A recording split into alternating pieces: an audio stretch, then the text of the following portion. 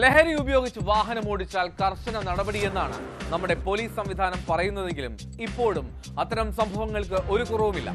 ഏറ്റവും ഒടുവിൽ കോട്ടയത്ത് നിന്നാണ് നമ്മൾ ആ വാർത്ത കേട്ടത്.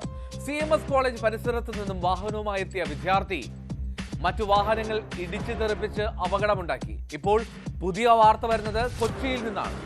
മദ്യലഹരിയിലെത്തിയ യുവാവ് 13 വാഹനങ്ങളിൽ കാർ ഇടിച്ച് കേടുവരുത്തി. സഹോദരിക്കും പെൺസുഹൃത്തിനും ഒപ്പമായിരുന്നു യുവാവിന്റെ ഈ പരാക്രമം.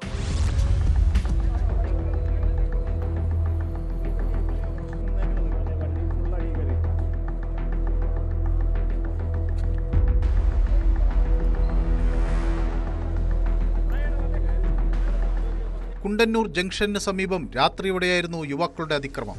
കൊല്ലം അഞ്ചൽ സ്വദേശി മഹേഷ് കുമാറാണ് നിർത്തിയിട്ടിരുന്ന 13 വാഹനങ്ങളിലിടിച്ച് കേടുവരുത്തിയത്. സഹോദരിക്കും പെൺസുഹൃത്തിനുമൊപ്പം കൊല്ലത്തേക്കുള്ള യാത്രയിലായിരുന്നു മഹേഷ്. അമിതമായ മദ്യലഹരിയിലായിരുന്ന ഇയാൾ കാറ് മറ്റു വാഹനങ്ങളിലേക്ക് ഇടിച്ചു കയറ്റുകയായിരുന്നു.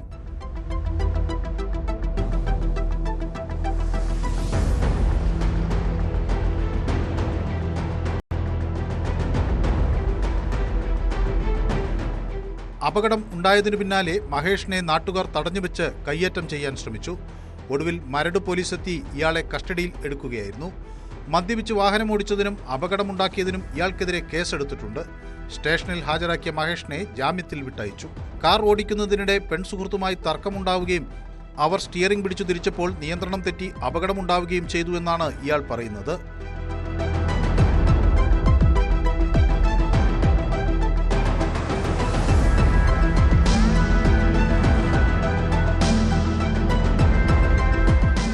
ന്യൂസ് 18 കൊച്ചി. മദ്യലഹരിയിൽ വാഹനം